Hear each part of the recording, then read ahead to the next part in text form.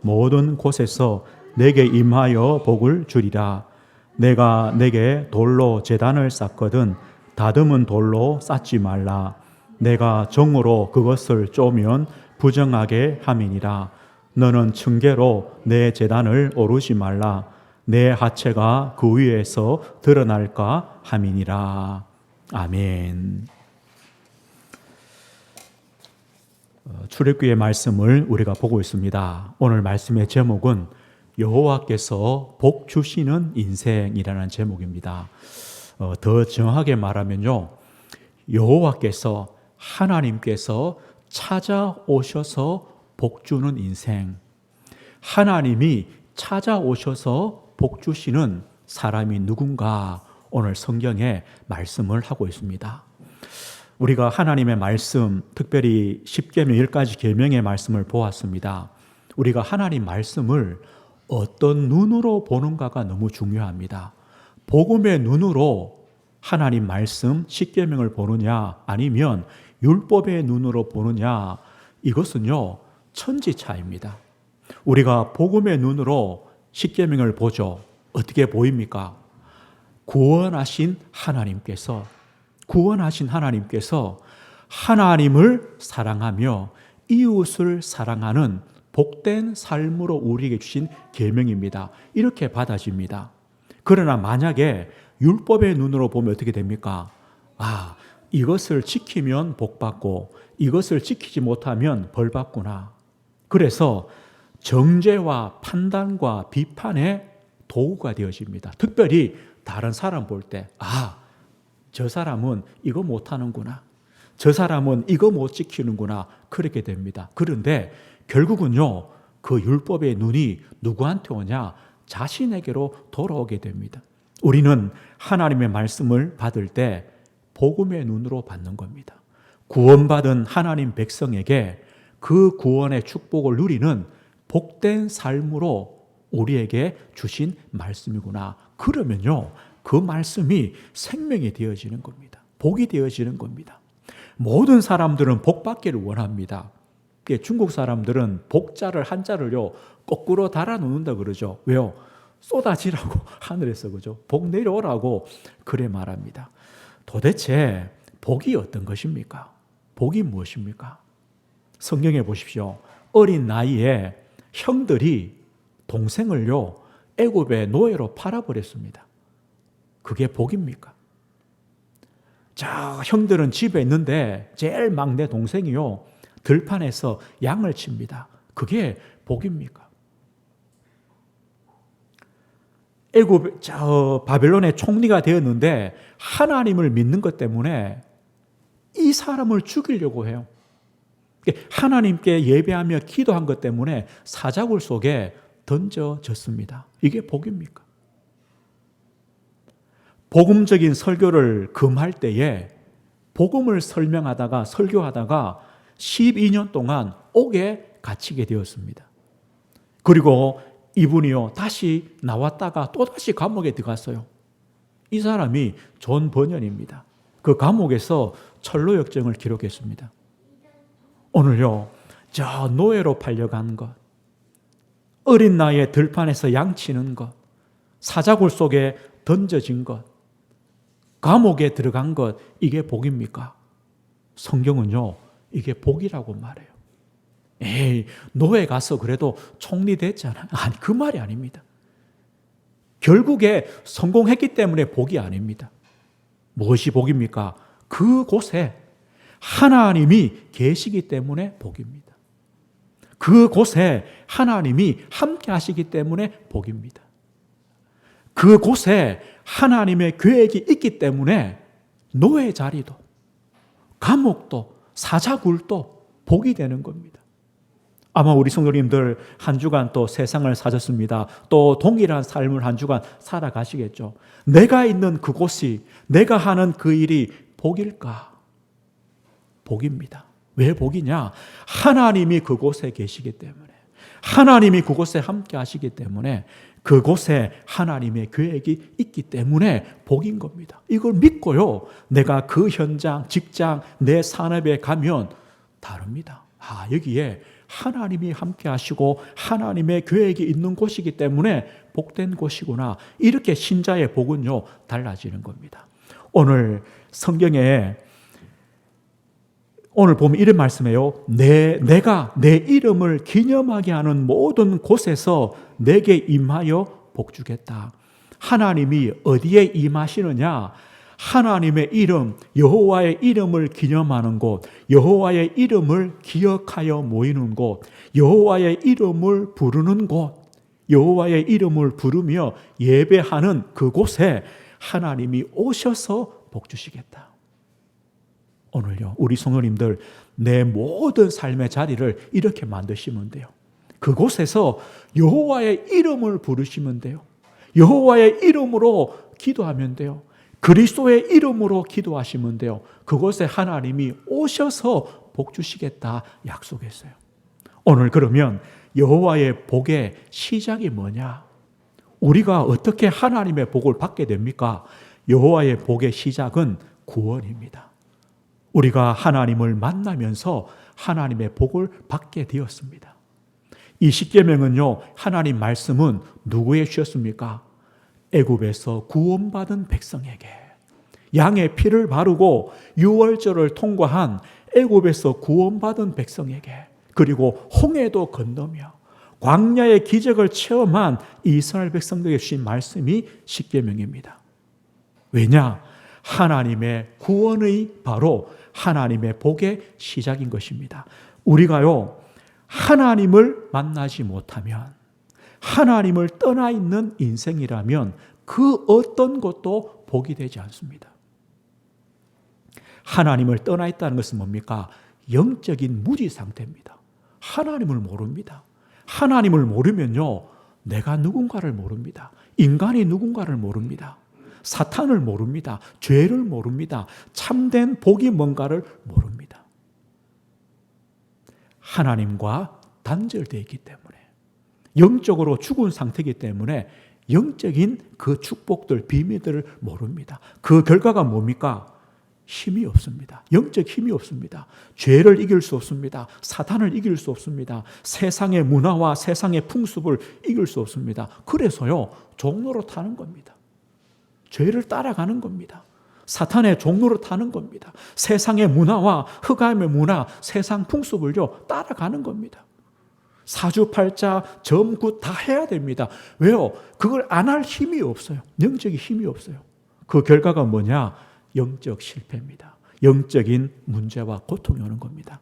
우리가요, 세상에 임하는 모든 재앙이나 저주가 하나님의 진노라고 말할 수는 없어요. 그러나 하나님의 진노로 임하는 재앙과 저주도 분명히 있어요. 하나님 떠난 결과예요. 보십시오. 이런 상태에 있는 사람에게 나는 많이 가졌어. 나는 많이 배웠어. 내 지위가 높아. 나는 힘이 있어. 나는 능력이 있어. 그게 복이 아니라는 겁니다. 아무 소용이 없습니다. 이것과 같습니다. 지금 저 중환자실에서요, 사경을 헤매는 그 사람이 복권이 당첨되었어요. 그게 복입니까? 수십 개 복권이 당첨되어도 지금 중환자실에서 사경을 헤매는 그 사람에게는 아무런 도움이 안 돼요. 그 사람에게 뭐가 필요합니까? 생명이 필요해요. 살아나야 돼요. 만약에 그 사람에게 누가 묻는다면요, 복권 당첨 1등 10장하고 네 사는 것하고 뭘 할 거냐? 100이면 100이요. 나는 사는 걸 택하겠다. 생명을 택하겠다. 이게 복이라는 걸 알기 때문에요. 마찬가지입니다. 하나님 떠난 인생은 어떤 것도 복이 될 수 없습니다. 그래서 하나님은 우리에게 하나님을 만나는 인생으로, 하나님을 만나는 길을 주신 겁니다. 여기서부터 복이 시작되는 겁니다. 여자의 후손 그리스도를 보내셨습니다. 십자가에 못 박혀 죽으시고 부활하심으로 우리의 죄를 사하셨습니다. 하나님 만나는 길을 열어주셨습니다. 하나님의 자녀가 되는 복을 주셨습니다. 바울 사도는 고백합니다. 십자가의 도가 멸망받는 자들에게는 미련한 것이지만 구원을 받는 우리에게는 하나님의 능력이다. 십자가의 그 길을 우리에게 주신 것입니다. 그 길을 믿는, 그 십자가를 지나온 통과한 우리는요, 여호와의 이름을 부르는 하나님 백성이 된 겁니다. 하나님은 전능하십니다. 여호와 하나님이십니다. 구원의 하나님이십니다. 그 하나님이 나의 하나님이십니다. 나의 아버지가 되십니다. 예수님은 그리스도입니다. 나의 그리스도입니다. 나의 하나님이십니다. 나의 주가 되십니다. 우리는 그 하나님의 이름을, 그리스도의 이름을 부르는 복된 인생이 되었습니다. 여호와의 이름, 주의 이름을 부르는 자는 부끄러움을 당치 않는다. 우리는 그 이름을 부르는 자, 이게 바로 하나님의 복의 시작입니다. 그렇다면요, 하나님의 복의 시작, 복으로 들어온 우리가 하나님의 복을 누리는 복된 삶을 사는 길이 뭡니까? 하나님이 구원하신 그 백성을 찾아오셔서 복 주시는 사람이 누굽니까? 하나님께서요, 10가지 계명을 쭉 말씀하신 다음에 이제부터는 그 계명을 어떻게 우리 삶에 구체적으로 적용할 것인가를 말씀하는 그 첫 번째 시작입니다. 그 시작이 뭐냐면 제단을 어떻게 쌓느냐, 여기서부터 시작됩니다.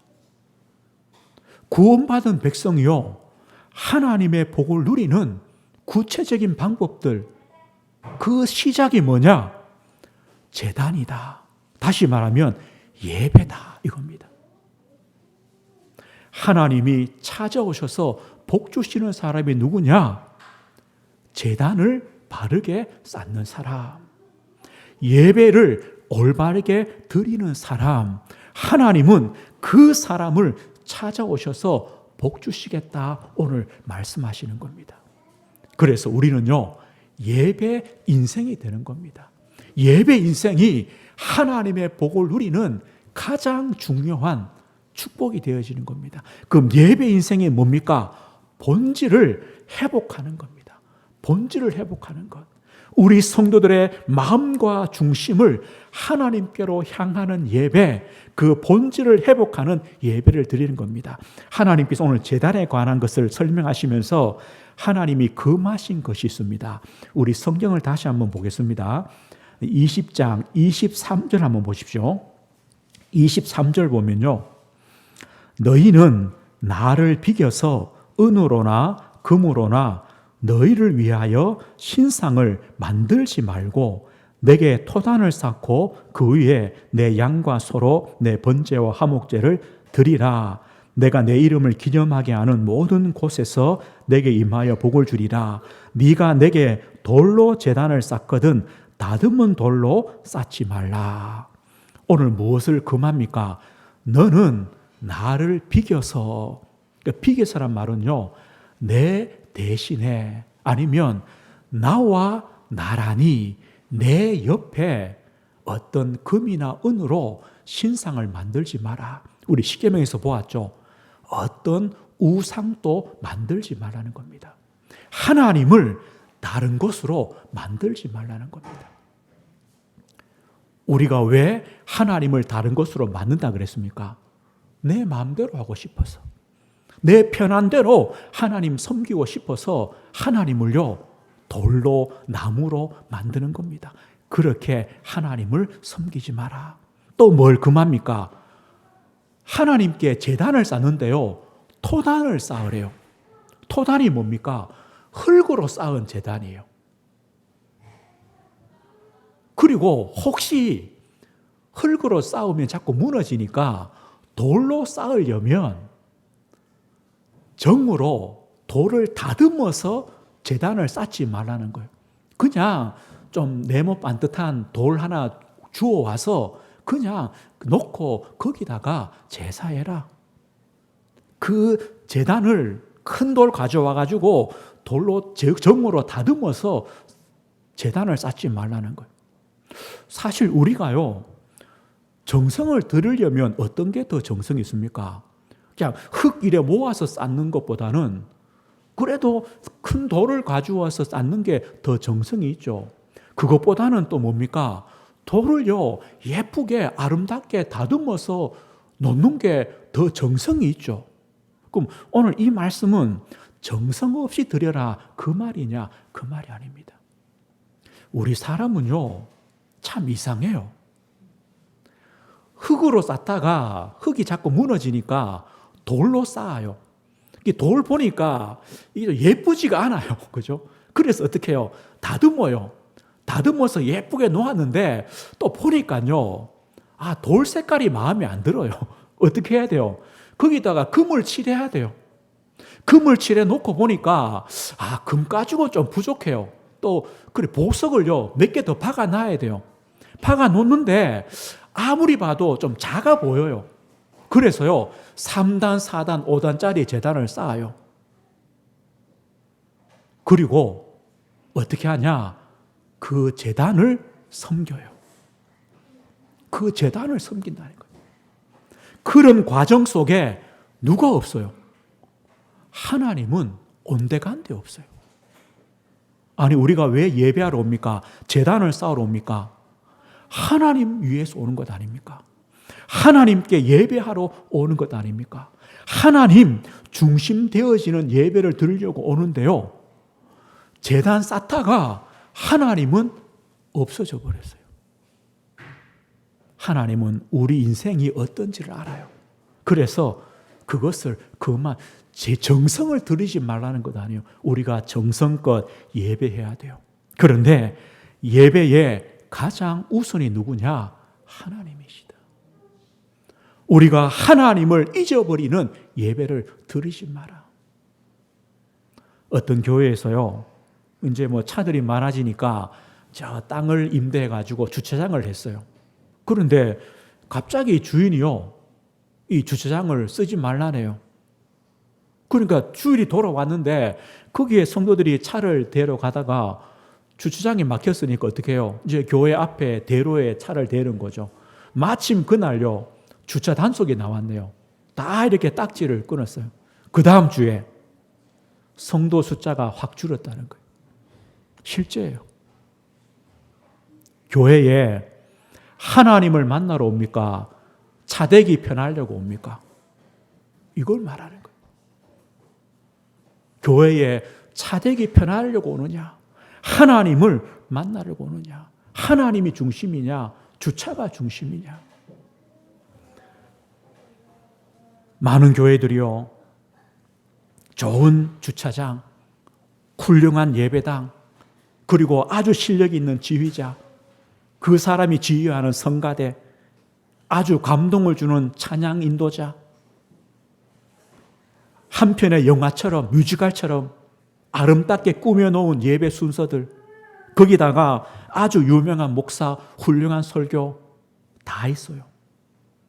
그런데 정작 그 예배를 통해 우리가 하나님을 만나지 못한다면, 그 예배에 하나님의 이름을 부르지 못한다면, 그 예배를 통해 하나님이 찬양받지 못하시고 영광받지 못하시면 그 예배는요 헛된 거다. 그 제단은 헛된 거다. 오늘 이걸 말하는 겁니다. 그래서 예배 인생은 뭐냐? 본질을 회복해라. 본질이 뭡니까? 하나님 중심입니다. 본질은 뭡니까? 하나님을 만나는 겁니다. 본질은 무엇입니까? 하나님을 찬양하며 그 하나님을 고백하는 겁니다. 이것이 바로 예배의 본질입니다. 열왕기상 8장에 보면요, 솔로몬이 하나님의 성전을 건축했습니다. 거기에 이제 성전을 건축한 다음에 하나님께 기도하죠. 이런 내용이 있습니다. 하나님은 이 성전에 머물러 있는 그런 하나님이 아닙니다. 어떻게 하나님을 이 성전에 담아두겠습니까? 하나님은 하늘의 하늘이라도 하나님을 담을 수 없습니다. 그러나 하나님이 말씀하셨습니다. 이 성전에 내 이름을 두겠다. 이 말이 뭡니까? 이 성전에서 여호와의 이름을 불러라. 비록 사람이 만든 건물이지만 거기서 여호와의 이름을 부를 때, 하나님을 찬송할 때, 하나님을 예배할 때, 하나님을 만날 때, 거기서 하나님께 기도할 때 하나님께서 들으시고 너의 죄를 사하시고 너에게 복을 주겠다. 이렇게 말했어요. 맞습니다. 하나님은요, 아무리 비싸게 지어진 건물, 예배당이라도 하나님을 담을 수가 없습니다. 비록 작지만 그곳에서 여호와의 이름을 기억하고 하나님의 이름을 부를 때, 주 예수의 이름을 부를 때, 그리스도의 이름을 부를 때 하나님은 그곳에 임하셔서 복 주시는 겁니다. 우리 성도님들, 이 예배입니다. 본질을 회복하는 예배를 드십시오. 그렇다면요, 오늘 여기만 그렇습니까? 우리 성도님들이 일하시는 그 직장 현장, 우리의 가정, 거기서 여호와의 이름을 부른다면 어떻게 되겠습니까? 동일하게 하나님이 임하셔서 복 주신다는 겁니다. 우리는요, 그 예배의 자리로 우리가 만드는 겁니다. 우리가 예배 인생입니다. 오늘 그러면서요, 토단을 쌓고 거기다가 번제와 화목제를 드려라. 번제와 화목제의 의미는 뭡니까? 완전 복음으로 뿌리 내리는 예배가 되라, 이 말입니다. 번제와 화목제입니다. 번제란 무엇입니까? 번제는 이겁니다. 번제를 드리는, 그 제사를 드리는 사람이요, 제물을 가지고, 양이나 소나 제물을 가지고 제단에 옵니다. 거기 와서 그 제물에 손을 얹습니다. 손을 얹습니다. 그럴 때요, 내가 그 제물에 손을 얹을 때 하나님께서 우리 죄를 용서하시겠다고 약속해요.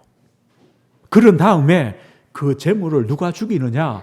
손을 얹은 그 사람, 내가 그 제물을 죽이는 거예요. 그럼 보십시오. 내가 가져온 제물에 손을 얹고 안수하고 내가 그 제물을 죽인다는 말은 내가 죽는 것과 동일한 거예요. 번제란 뭐냐? 이거예요. 내가 죽는 거예요. 이게 바로 번제예요. 그러면서요, 이 짐승의 가죽만 제거하고 전부를 불태워서 드려요. 하나님은 그 향기를 기쁘게 받으시고 우리의 죄를 용서하시고 우리에게 은혜 주시는 거예요. 이게 바로 번제예요. 이 번제란 뭡니까? 하나님께 나와서 하나님과의 올바른 관계가 회복되는 의미가 바로 번제예요. 우리가 예배하러 올 때마다 하나님과 우리 사이에 막혀있는 모든 것들, 이것들을요 다 허물어뜨리는 것이 바로 번제의 예배예요. 보십시오. 우리가 한 주간 사시면서요, 우리 마음에 상처도 있고 상한 마음도 있고 때로는 우리가 하나님의 뜻대로 살지 못한 죄책감도 있고 또요, 사람에 대한 원한도 있고 분한 마음도 있고 낙심도 되고 염려도 되고 또 우울한 마음도 있고, 이걸 가지고 하나님께 나오는 거예요.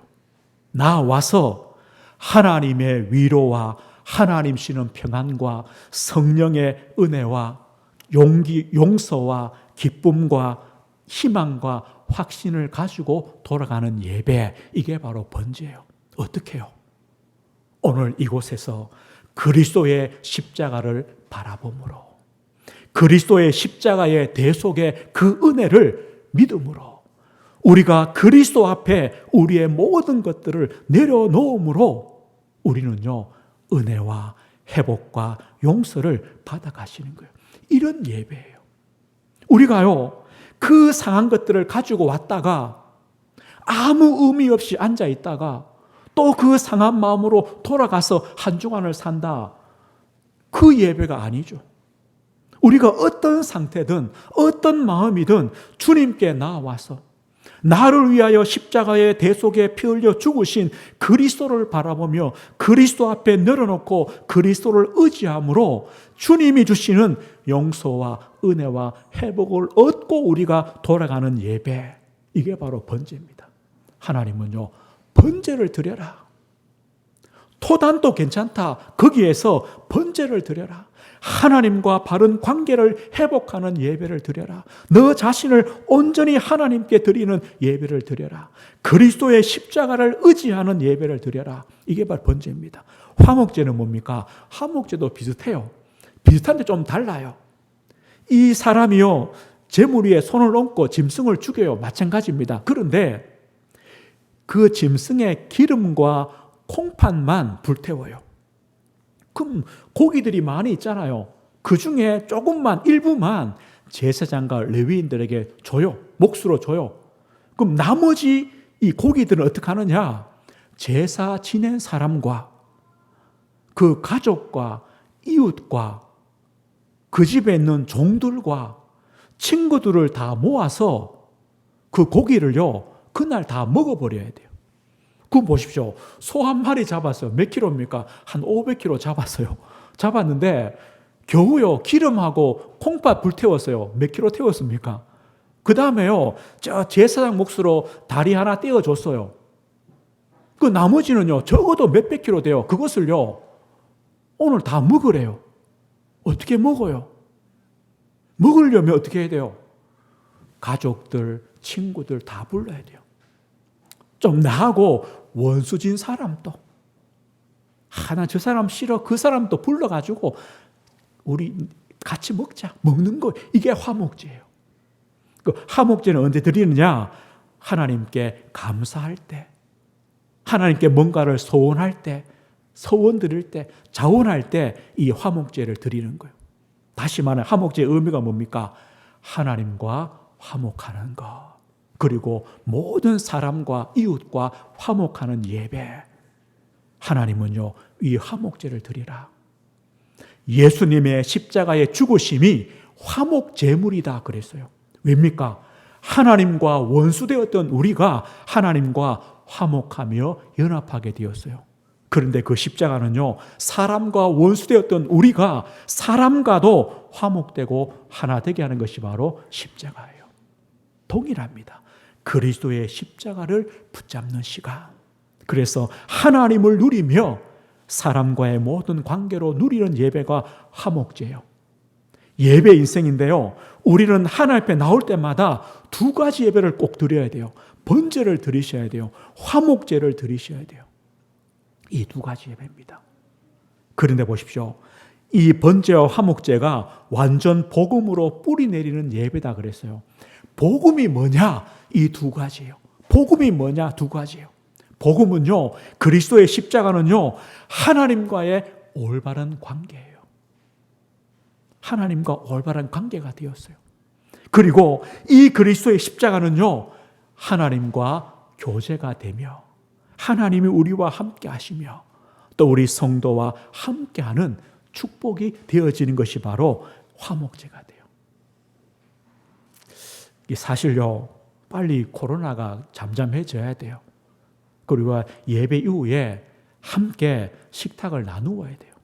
나누어서요, 서로 좀 얼굴도 좀 보고 서로 형편도 좀 알고 한 주간 어떻게 살았는가도 좀 알고 또 어떤 고민이 있는가도 좀 알고, 이게 교회예요. 그리고 함께 기도해주고 위로해주고 힘주는 것, 이게요, 화목제예요. 화목제예요. 하나님께서 어느 곳에 오셔서 복 주시느냐? 하나님 중심되어서 하나님의 이름을 부르며 하나님을 누구신가를 기억하며 하나님을 찬송하는 그 자리에 오신다. 그리고 번제와 화목제, 그리스도의 복음을 붙잡고 하나님의 용서와 은혜를 누리며 성도와의 깊은 교제를 누리는 그 곳에 하나님이 오셔서 복 주시겠다. 이렇게 말씀했어요. 오늘 우리가 일주일에 한 번씩 또 수요일, 금요일 주님께 나와서 예배드립니다. 그 예배 때마다요, 하나님 중심되는 예배를 드십시오. 여호와의 이름을 부르시는 예배를 드리십시오.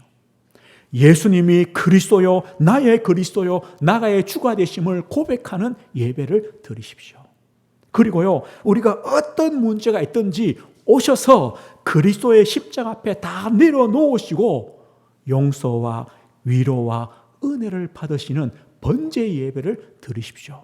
그리고요, 함께 하나님을 누리며 성도와 깊은 교제가 되어지는 화목제를 드리는 예배를 드리시는 겁니다.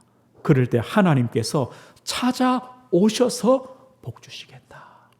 찾아오셔서 너의 기도를 들어주시겠다. 너의 죄를 용서해 주시겠다.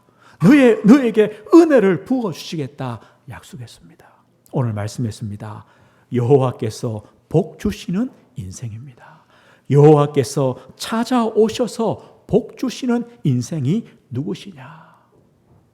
여호와의 이름을 기억하는, 그리고 번제와 화목제를 드리는 그곳에, 그 영혼에게 하나님은 찾아오셔서 복 주시겠다고 약속했습니다. 그래서 우리는요, 두 가지 말씀을 꼭 기억해야 됩니다. 시편 100편 4절 5절 보면요, 감사함으로 그의 문에 들어가며 찬송함으로 그의 궁정에 들어가서 그에게 감사하며 그의 이름을 송축할지어다. 여호와는 선하시니 그의 인자하심이 영원하고 그의 성실하심이 대대에 이르리로다. 감사함으로, 찬송함으로, 이것이 우리의 예배의 본질입니다. 감사함으로, 찬송함으로. 마태복음 11장 28절 말씀합니다. 수고하고 무거운 짐진 자들아 다 내게로 오라. 내가 너희를 쉬게 하리라. 주님께 오시는 겁니다. 주님께 다 맡기는 겁니다. 내가 너희를 쉬게 하리라. 그 은혜를 누리는 예배를 드리시는 겁니다. 우리 인생이요, 예배 인생 되어서 하나님이 찾아오셔서 복 주시는 인생의 걸음을 걸으시길 주의 이름으로 축복드립니다. 하나님 아버지 감사합니다.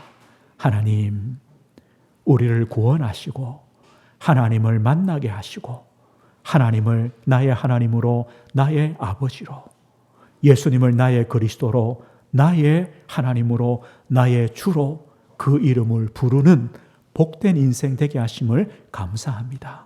우리의 예배 인생이 번제와 화목제를 드리는 완전 복음의 인생, 오직 그리스도의 인생 되어지도록 은혜를 주옵소서.